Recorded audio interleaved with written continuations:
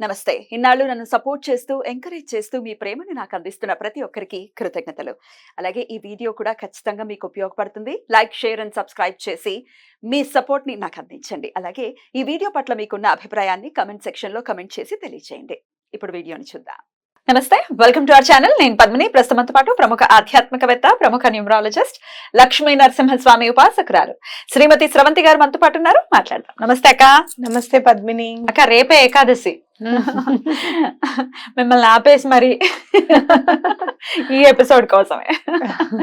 Okay, so Mohini ఏకాదశిగా వైశాఖ శుక్లపక్ష ఏకాదశిని పిలుస్తారు. మరి ఈ మోహిని ఏకాదశి పేరు అద్భుతంగా ఉంటుంది. మోహిని అంటే విష్ణుమూర్తి మోహిని అవతారంలో రావటం, ఆ ఘట్టం అంతా కూడా చాలా అత్యద్భుతంగా ఉంటుంది, అందులో ఎటువంటి సందేహం లేదు. మరి ఈ మోహిని ఏకాదశిని ఎలా వినియోగించుకోవచ్చు? ప్రతి ఏకాదశికి కూడా చాలా విశేషంగా చెప్తున్నారు. అటు ఏకాదశి వైశిష్ట్యాన్ని, అలాగే ఎలా ఆ రోజున మనం చేసుకోవచ్చు, చిన్న చిన్న రెమెడీస్ అనేవి చెప్తూనే ఉన్నారు. ఒకసారి ఈ ఏకాదశి గురించి కూడా అక్క. తప్పకుండా చెప్తాను పద్మిని.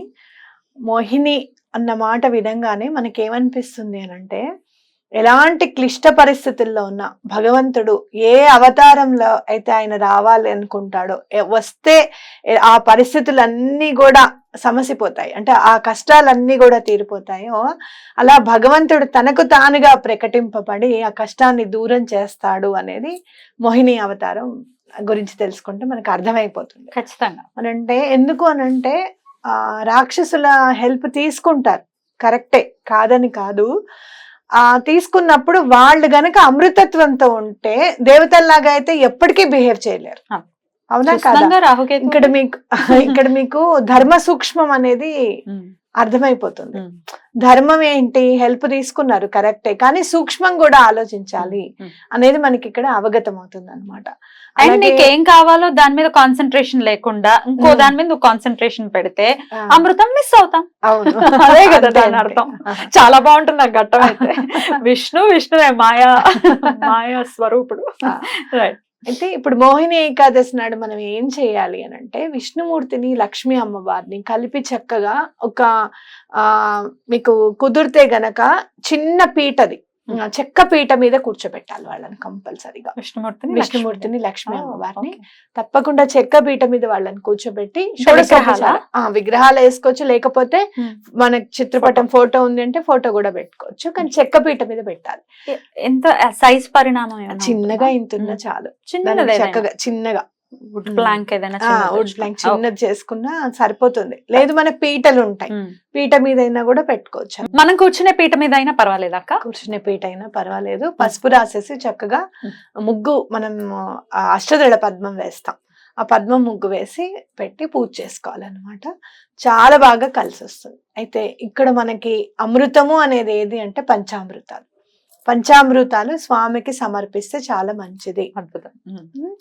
అలాగే ద్వాదశి నాడు పారణ చేస్తాం కదా, చక్కగా ఫ్రిడ్జ్ లో పెట్టేసుకోండి స్వామికి అర్పించిన తర్వాత.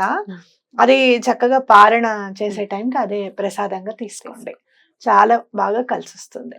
అయితే మనకి ఈ రోజున స్వామి పంచామృతం పంచిన రోజుగా కూడా భావిస్తారనమాట, పరిగణిస్తారు.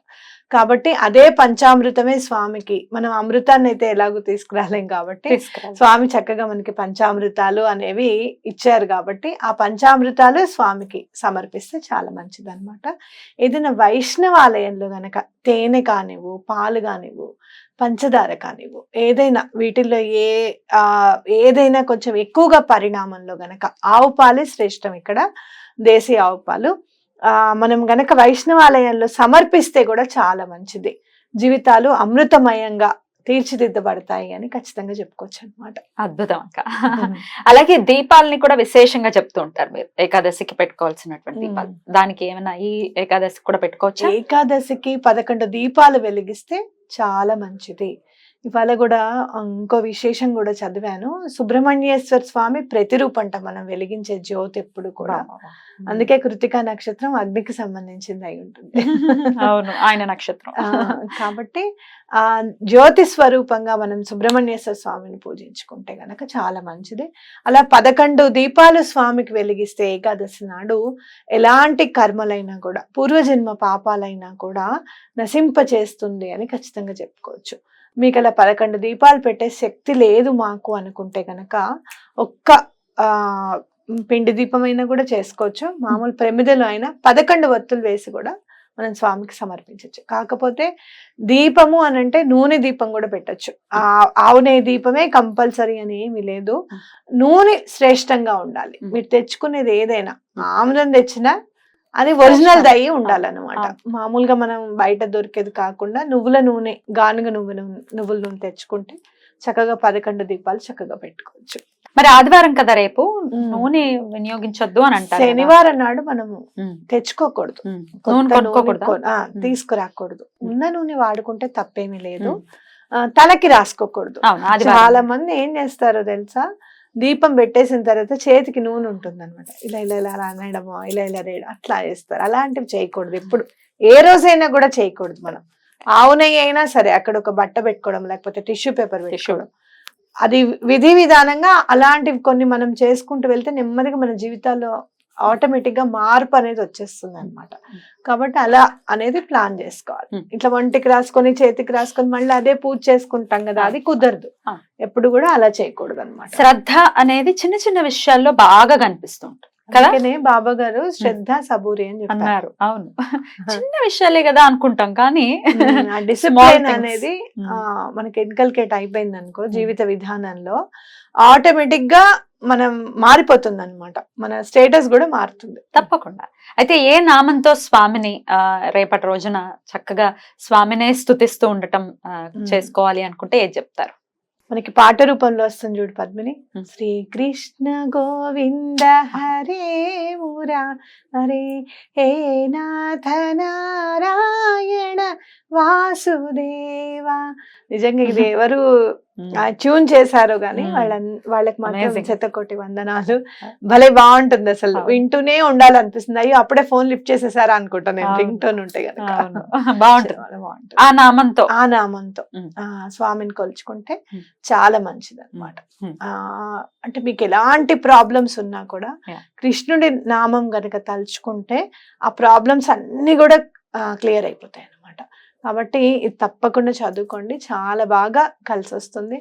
మోహిని ఏకాదశి దేవతలందరినీ రక్షించిన ఘట్టం అనమాట. అంటే అసలు రాక్షసుల్ని ఎలా అయితే ఆయనే చేయగలుగుతాడు. మన ఎనిమీస్ ఉన్నారనుకో, ఎలా మభ్యపెట్టాలి ఆయనే చూసుకుంటాడు. ఇంకా మనది కాదు, ఇంకా మనం కష్టపడ్డాము, అమృతాన్ని దక్కించుకున్నాము. సరే, అవతల వాళ్ళని ఎలా చేయాలి, ఎనిమీస్ ని ఎట్లా మనము డిఫీట్ చేయాలి, లేకపోతే వాళ్ళని ఎలా మభ్యపెట్టాలి, ఇదంతా కూడా భగవంతుడికి మనం సమర్పించినట్టే ఈ రోజున. కాబట్టి మోహిని ఏకాదశి నాడు ఆయన ఈ శత్రువులు మమ్మల్ని బాధిస్తున్నారు. అలాగే శత్రువు అంటే మనలో కూడా ఉంటారు శత్రువులు. ఈ 6 శత్రువులు ఉంటారు అనమాట. ఎప్పుడో అప్పుడు భలే సంపాదిస్తున్నారే, ఏంటో మనకు ఆ ఛాన్స్ రాలేదని ఎక్కడొక్కడ మనం కూడా అనుకుంటాం. ఎప్పుడైనా కూడా ఏ క్షణమైనా ఆ మాట ఎప్పుడైనా నా మనసులో గనక వస్తే ఆ పాపాన్ని కూడా తొలగించు స్వామి అని చెప్పి దండం పెట్టుకోవడానికి ప్రకృతి మనకి ఇచ్చిన వరంగా మనం భావించాలి. అద్భుతం. సో శత్రువులపై విజయం సాధించడం అనుకోవచ్చు, మోహాన్ని వీడటానికి అనుకోవచ్చు. మోహిని ఏకాదశి ఖచ్చితంగా మనం వినియోగించుకోవాలి. చాలా బ్యూటిఫుల్ గా ఎక్స్ప్లెయిన్ చేశారు. Thank you so much. ఇప్పుడు ఉపవాసం లేకపోయినప్పటికీ మీరు చెప్పినటువంటి పూజ చేసుకోవచ్చు కదా? తప్పకుండా చేసుకోవచ్చు. ఆ నామం కూడా తప్పకుండా మీరు పలకండి. ఎటువంటి పరిస్థితుల్లోనూ ఈ శత్రు బాధలు ఏమన్నా ఉన్నాయి చాలా, ఈ మధ్య మనం చాలా వినేది బ్లాక్ మ్యాజిక్. అసలు అలాంటి బాధలన్నీ కూడా పోవాలి, నెగటివ్ ఎనర్జీ అనేది మన ఇంట్లో ఉండకూడదు అని అనుకుంటే గనక మీరు ఎటువంటి పరిస్థితుల్లోనూ మోహిని ఏకాదశి నాడు విష్ణుమూర్తిని, అమ్మవారిని పూజించండి. రైట్. ఇక ఈ ఉపవాసం లేకపోయినా పర్లేదు, కానీ నాన్ వెజ్ అయితే విశేషంగా తింటూ ఉంటారు సండే.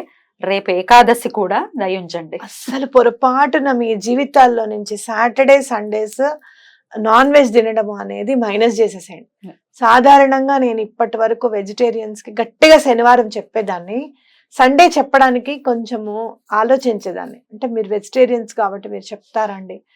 ఒక్కొక్కసారి ఎట్లా ఉంటుందంటే, ఇంటికి వస్తారు కదండి చుట్టాలు, వాళ్ళకి మేము గనక వండి పెట్టకపోతే అవమానించినట్టుగా కూడా ఫీల్ అవుతారు, అమర్యాదగా కూడా ఫీల్ అవుతారండి.